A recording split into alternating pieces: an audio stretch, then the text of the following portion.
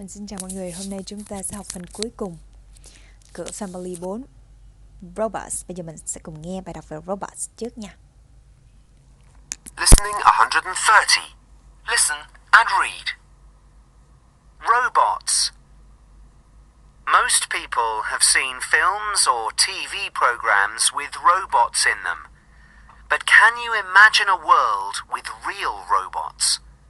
Would you like a robot to cook your dinner, clean your house, or play football with you? There is a robot that can do these things. Its name is Asimo, and it is from Japan. Asimo is the most advanced robot in the world. It is the first robot to walk and run like a human, and it can even climb stairs. The robot can run at 6 kilometers per hour, about the same as a fast child. Asimo can also recognize people's faces, their names, and can understand their commands. This robot can respond to what you say, and it can learn to speak any language. Asimo has arms and hands, so it can open doors, carry things, and turn lights on and off. Asimo can help old people or people with disabilities by doing jobs around the house. Asimo can also play sports and other games, so it is very popular with children. In fact, Asimo is the same height as a 10-year-old child, at 1.3 meters tall. The robot also looks very friendly and playful. The future of robots. In the future, robots will also do dangerous jobs like putting out fires, rescuing people after earthquakes, or going to dangerous places. They may also teach in schools and help with operations in hospitals. Special robot arms in factories already make cars, and in the future, more things will be made by robots. Although some robots look human, we have to remember that they are machines with computers inside. Robots can do many things, but they cannot think or feel. Whatever happens in the future, you will probably meet a robot like Asimo one day. A job for Asimo. Asimo works as the receptionist at the Honda offices in Japan. The robot meets visitors, talks to them, and takes them to the correct rooms. Most people have seen films or TV program. Hầu hết mọi người đã xem phim hoặc là những chương trình TV with robots in them, với những cái con robot đó, ở đó. But can you imagine a world with the real robots? Nhưng bạn có thể hình dung một cái thế giới với một con robot thật được hay không? Như thế nào á? Would you like a robot to cook your dinner? Bạn có thích một con robot nấu ăn cho bạn nè, clean your house or play football with you? There is a robot that can do this thing. Có một con robot có thể làm được những điều này. Its name's Asimo. Nó tên là Asimo. It is from Japan. Nó đến từ Nhật. Asimo is the most advanced robot in the world. Asimo là loại robot tiến bộ nhất, tiên tiến nhất trên thế giới. Advanced. It's the first robot to work and run like a human. Đó là con robot đầu tiên có thể đi được và chạy được giống như con người. And it can even climb stairs. Và nó có thể là leo cầu thang. The robot can run at 6 km per hour. Con robot này có thể chạy được 6 cây trên 1 giờ. About the same as fast as a child. Tương tự như tốc độ của một đứa trẻ. Asimo can also recognize people's faces. Asimo cũng có thể recognize là nhận diện được gương mặt của con người. Their names, tên nè. And can understand their commands. Và có thể hiểu được commands là mệnh lệnh của họ, của con người. This robot can respond to what you say. Con robot này có thể respond là phản ứng lại với những gì bạn nói, and it can learn to speak any language, và nó có thể học được bất kỳ ngôn ngữ nào. Asimo has arms and hands. Asimo có tay và bàn tay, so it can open door, nó có thể mở cửa, carry things, mang sách đồ, and turn lights on and off, và có thể bật điện và tắt điện. Asimo can help old people or people with disability. Asimo có thể giúp những người già hoặc là những người disability là bị khuyết tật by doing jobs, bằng cách làm những cái việc around the house, xung quanh nhà. Asimo can also play sports and play games, so it's very popular with children, cho nên nó rất là phổ biến với những đứa trẻ. In fact, trên thực tế, Asimo is the same height as 10 years old child. Nó có độ cao tương tự với một đứa trẻ 10 tuổi. At 1.3 meter tall, cao 1m3. The robot also looks very friendly and playful. Con robot này trông rất là thân thiện và hoạt bát đó. The future of robots, tương lai của robot. In the future, robots will also do dangerous jobs. Trong tương lai thì robot sẽ làm những công việc nguy hiểm, like như là putting out fires, là dập lửa, chữa cháy, cứu hỏa, rescuing people after earthquakes, cứu người sau trận động đất, or going to dangerous places, đi đến những cái nơi nguy hiểm. They may also teach in schools. Nó cũng có thể dạy ở trường học, and help with operations in hospitals, và giúp đỡ cái việc điều hành ở trong bệnh viện. Special robot arms in factories, những cái tay robot đặc biệt ở trong các nhà máy already make cars, là nó đã làm ra những cái xe hơi. Và and in the future, more things will be made by robots. Và trong tương lai thì sẽ rất nhiều thứ sẽ được tạo ra bởi robot. Although some robots look human, mặc dù là robot thì giống như con người, we have to remember that, nhưng chúng ta phải nhớ rằng they are machines, chúng là máy móc, with computers inside, với cái máy vi tính ở bên trong. Robots can do many things, but they cannot think or feel. Robot có thể làm được mọi thứ, nhiều thứ, nhưng mà nó không thể suy nghĩ và cảm nhận được.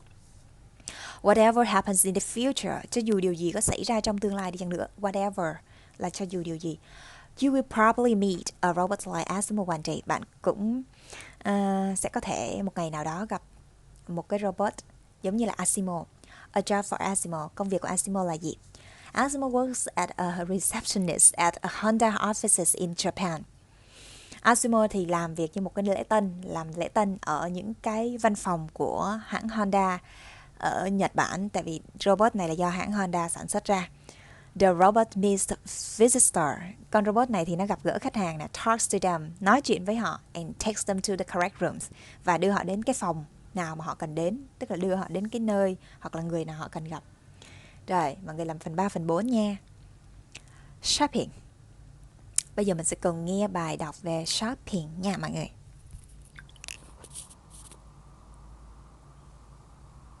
Listening 131. Shopping. Listen and read. Write the child's name next to each picture. Lots of British people love shopping. Some people even say it is their favourite activity. We asked some children in London about their shopping experiences. I love toys, so Hamley's toy shop is my favourite place in London. There are 5 floors at the shop. That's a lot of toys. 5 million people visit Hamley's every year. I'm looking for a present for my brother. He loves robots, and there are quite a lot here to choose from. I usually find shopping boring, but I really like shopping at Brick Lane Market on Sundays with my aunt. There are hardly any big shops here, just lots of stalls selling unusual things. I'm looking for a pretty mirror for my bedroom. There are usually a few street entertainers too, so we always have a lot of fun. Today I'm shopping at Westfield Shopping Centre with my mum. It's a huge shopping mall with lots of different shops and some department stores, all under one roof. I'm looking for new trainers, and I've seen a few that I really like. Today, I'm in Tottenham Court Road with my uncle. This street has quite a lot of shops, that sell electrical things, like computers and televisions. We're looking for a new radio for my uncle. My sister doesn't like it here because there aren't any clothes shops. Rồi, hôm nay thì thực ra nó không có khó lắm mọi người ha. Về từ vựng nó không quá khó thì mình chỉ điểm qua những cái nào cần phải dịch thôi. Some people even say, một số người còn thậm chí nói rằng it's their favorite activity, đó là hoạt động yêu thích của họ. Rồi, đầu tiên là Liam 10 tuổi. Thì trong phần này, cái câu cuối cùng á, mình thấy là he loves robots. Anh ấy thích robot. Và there are quite a lot, có khá nhiều. Chữ quite tức là khá, a lot là nhiều, có khá nhiều.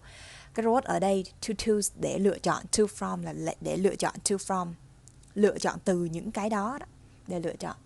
Tiếp theo về Brownie thì cái câu cuối cùng luôn, I'm looking for a pretty mirror for my bedroom. Tôi đang tìm kiếm một cái mirror là cái gương soi á, dễ thương cho cái phòng ngủ của tôi. There are usually a few street entertainers too. Entertainer là những cái trò giải trí trên đường phố, cũng có những cái giải trí trên đường phố nên là so we always have a lot of fun, cho nên chúng tôi rất là vui. Còn tiếp theo là phần này thì không có gì khó hả? Phần Danny cuối cùng cũng tương tự như vậy, không có vấn đề gì khó. Có một vài từ mới thì mọi người sẽ tự dịch bằng từ điển ha. Làm như vậy thì mình sẽ dễ nhớ từ hơn. Tiếp theo, talk about shopping. Quantifiers là từ chỉ số lượng. Nhiều nhất là a lot of hoặc là lots of. Tiếp theo, ít hơn một mức là quite a lot of, là khá nhiều. Some là một vài, a few là chỉ một ít, ít hơn một vài. Hardly any là hầu như không có. Aren't any là không có luôn. Thì theo mức độ từ nhiều tới ít. Ví dụ người ta nói là there are quite a lot of là có khá nhiều, nhưng mà nếu người ta nói là there are hardly any là hầu như không có. Rồi mình viết true false ở những cái câu dưới này dựa vào bài đọc. Talk about shopping in London. Rồi. There are lots of toys at Harmy. Hoặc là there are a few street entertainers. Rồi. Phần này cũng không khó gì ha mọi người ha. Tiếp theo là watching wildlife.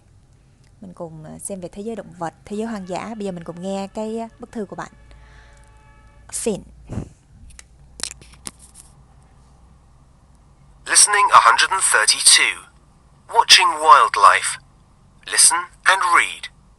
Where are the children? Hello everyone. It's 9 o'clock in the morning.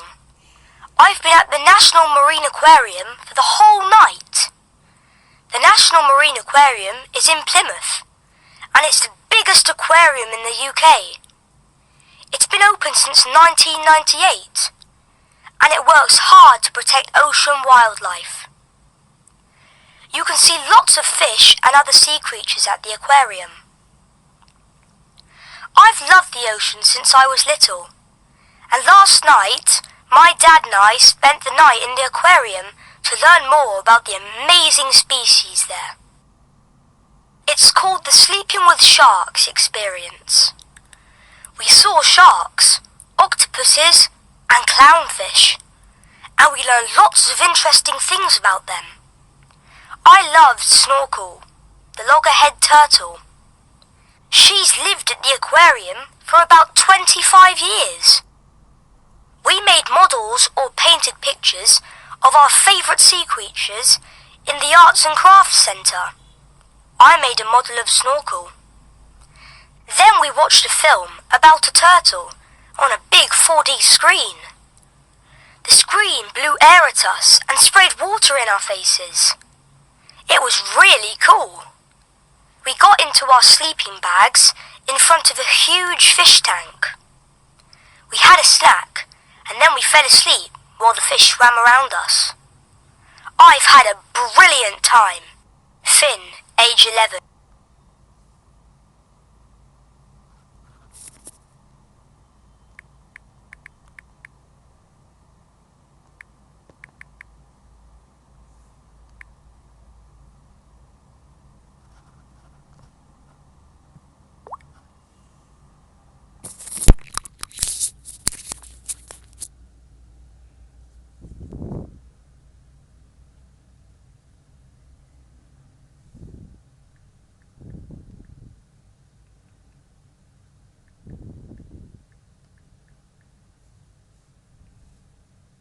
Rồi. It's 9 o'clock in the morning, là bây giờ là 9 giờ sáng. I've been at the National Marine Aquarium. Tôi đang ở một cái thủy cung quốc gia for the whole night, trong suốt một buổi tối luôn. The National Marine Aquarium in Poland, Plymouth, and it's the biggest aquarium in UK. Đây là một cái thủy cung lớn nhất ở nước Anh. It's been open since 1998. Nó được mở vào năm 1998 and it has worked hard to protect ocean wildlife. Và nó đã làm việc rất là cố gắng để mà bảo vệ những cái động vật hoang dã ở biển. You can see lots of fish and other sea creatures, là sinh vật biển, at the aquarium, ở thủy cung. I've loved the ocean. Tôi yêu đại dương since I was a little, khi mà tôi còn nhỏ. And last night, và tối hôm qua, my dad and I spent the night in the aquarium. Bố của tôi và tôi đã trải qua một đêm ở thủy cung to learn more about the amazing species here, để mà nghiên cứu về những cái loài sinh vật rất là amazing, là đáng ngạc nhiên ở đây. It's called the sleeping with shark experience. Nó được gọi là một cái trải nghiệm ngủ với cá mập. We saw shark. Chúng tôi nhìn thấy những con cá mập, octopuses, là những con bạch tuộc, and clownfish, và những con cá hề. Mọi người lên mạng đánh cái này ra thì mình sẽ nhìn thấy hình ảnh ha. And we learned a lot of interesting things about them. Và chúng tôi đã học được rất là nhiều thứ, biết được nhiều thứ thú vị về chúng. I love snorkel. Tôi yêu snorkel. The loggerhead turtle. Cái này nó nói là rùa quạ đồng á. Thì mọi người lên mạng đánh cái chữ này nó sẽ ra. She lived at the aquarium for about 25 years. Cô ấy đã sống ở cái thủy cung này khoảng 25 năm. We made models or painted pictures. Chúng tôi đã làm những cái mô hình hoặc là vẽ bức tranh of our favorite sea creatures, về cái sinh vật biển yêu thích của chúng tôi, in the arts, ở những cái phòng vẽ or a craft center, hoặc là những cái trung tâm về nghệ thuật đó. I made a model snorkel. Tôi đã làm một cái mô hình của snorkel. And then we watched a film about turtle on a big 4D screen. Sau đó chúng tôi xem một bộ phim về rùa ở trên một cái màn hình 4D. The screen blew air, là cái màn hình nó thổi gió at us, vào chúng tôi, and spray water in our faces, và spray là xịt nước vào mặt của chúng tôi. 3D thì mình chỉ là cảm giác nó thật thôi, còn 4D là có cả cái nước hoặc là không khí nó làm thật hơn mọi người ha. It was really cool, nó rất là tuyệt. We got into our sleeping bag in front of a huge fish tank. Chúng tôi có một cái túi ngủ ở trước một cái tank, là cái bể cá lớn. We had a snack and then we fell asleep. Chúng tôi có cái snack là cái đồ ăn nhẹ, và chúng tôi đã ngủ while the fish swam around us, khi mà cá nó bơi xung quanh chúng tôi. I've had a brilliant time. Tôi đã có một khoảng thời gian tuyệt vời. Rồi, bây giờ mình sẽ cùng nghe Gemma nói về chủ đề này. 7. Hi there, it's midday, and I've been at Whipsnade Zoo since 7 o'clock this morning. My family is spending the day here, and we're having an amazing time. Whipsnade Zoo is the largest zoo in the UK. It has been open since 1931, and it's been my favourite place to visit since I was little. I've always loved wild animals, and there are more than 2,500 wild animals at Whipsnade Zoo. This morning we travelled around the zoo on a steam train for an hour. Today we've seen the elephants, rhinos and camels. The biggest elephant is called Emmett. He's lived at Whipsnade Zoo since 1997.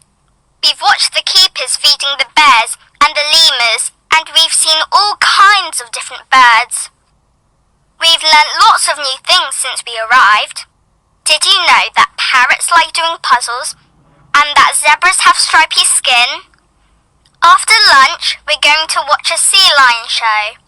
Then we're going to visit the Discovery Centre, because there are lots of unusual species there. Whipsnade Zoo has worked for years to protect rare and endangered species. I want to learn more about how we can help to protect wild animals. I'll write more later. Gemma, age 10. Cái cung cách viết cũng khá giống phần bài trên, và từ vựng thì mọi người từ nào mình không biết thì mình dò thôi ha, cũng không có cấu trúc gì mới, cho nên mình sẽ đi tiếp thì mọi người sẽ có cơ hội tự dịch phần này. Rồi, present perfect with for and since, thì hiện tại hoàn thành với chữ for và chữ since nè. mình đọc ví dụ rồi mình sẽ nói về kiến thức ha. I've been here for a whole night. Tôi đã ở đây trong cả một buổi tối. She's lived at the aquarium for about 25 years. Cô ấy đã sống ở thủy cung khoảng 25 năm. Còn since thì sao? I've been awake since 7 o'clock this morning. Tôi đã thức dậy từ lúc 7 giờ sáng nay. Và he's lived in VIapplC Zoo since 1997. Ông ấy đã sống ở cái sở thú VIapplC từ năm 1997. Như vậy thì mình sẽ dùng chữ for cho một khoảng thời gian. Còn mình sẽ dùng chữ since cho một điểm thời gian. Điểm thời gian tức là nó ở ngay tại một thời điểm. Khoảng thời gian là nó bao gồm nhiều thời điểm. Ví dụ 7 giờ sáng là một điểm thời gian.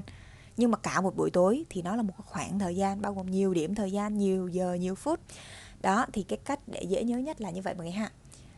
Rồi, phần 3, phần 4 này thì mọi người sẽ tự làm nha. Bây giờ mình sẽ cùng tìm hiểu về Australia. Bởi vì sao Australia? Bởi vì mọi người biết đó là trên cờ của nước Úc, ở góc bên trái ở trên là cờ của nước Anh. Tức là đây là thuộc địa. Xưa đến giờ ha, nó là thuộc địa của, bây giờ nó là một nước độc lập, nhưng mà người ta vẫn gọi là coi Elizabeth là nữ hoàng của họ. Nói chung là cái văn hóa khá là giống nhau, cho nên là trong cái sách của Anh, sách này là Oxford, họ cũng sẽ giới thiệu thêm về văn hóa của Úc, mọi người thấy ha. Còn đối với phiên bản American thì nó hoàn toàn khác ha. Người ta sẽ giới thiệu về văn hóa của Mỹ. Rồi bây giờ mình sẽ cùng nghe về nước Úc.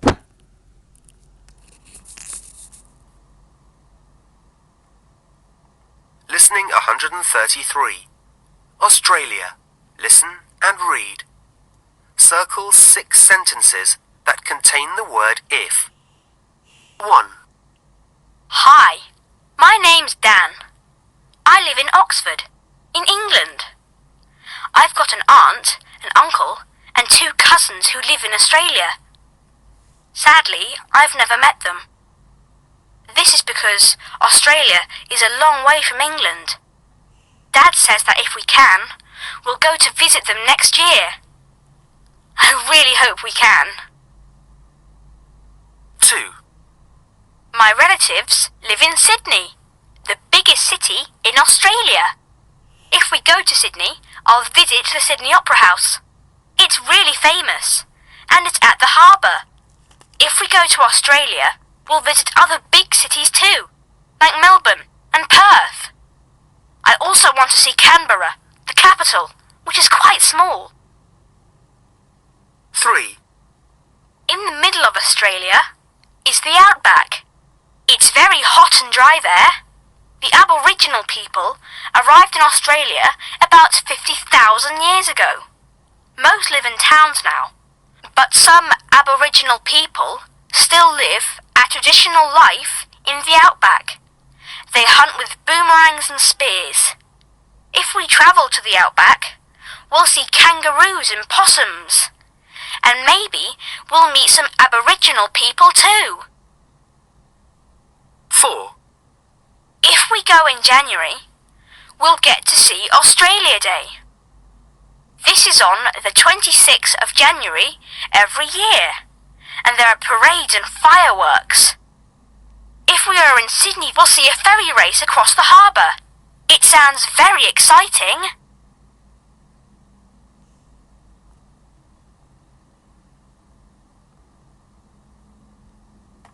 Rồi. Thì trong phần bài này từ vựng cũng không có gì khó mọi người ha. Bây giờ mình sẽ thêm cái ngữ pháp là gì? First conditional là câu điều kiện loại 1.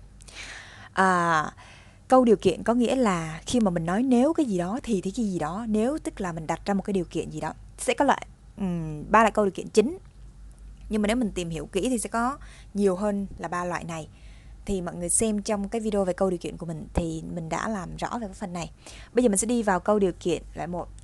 If we go to Sydney, I will visit the opera house. Nếu chúng ta đi đến Sydney, tôi sẽ thăm cái nhà hát opera. Thì mình thấy vế if người ta sẽ chia thì hiện tại đơn. Còn vế còn lại người ta sẽ chia thì tương lai đơn. Ví dụ câu số 2, if we travel to Outback, we will see kangaroo. Nếu chúng ta đi du lịch tới Outback, tôi sẽ đi xem kangaroo. Đó. Thì ở phần này mình tiếp cận đơn giản như vậy thôi. Còn những cái 2 quyển sách còn lại nữa thì mình sẽ đi sâu vào và hết cái ngữ pháp của câu điều kiện bạn nghe ha. Rồi.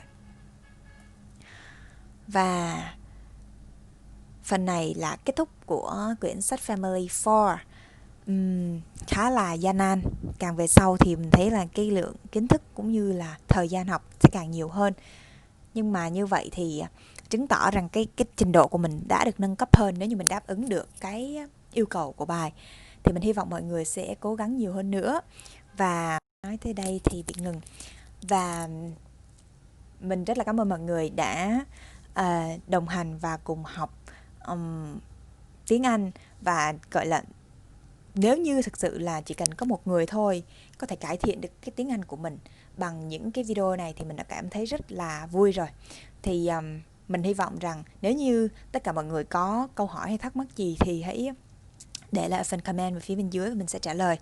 Mọi người đăng ký kênh để mình có thêm động lực ra video nhiều hơn nữa nha. Và mình xin chào mọi người.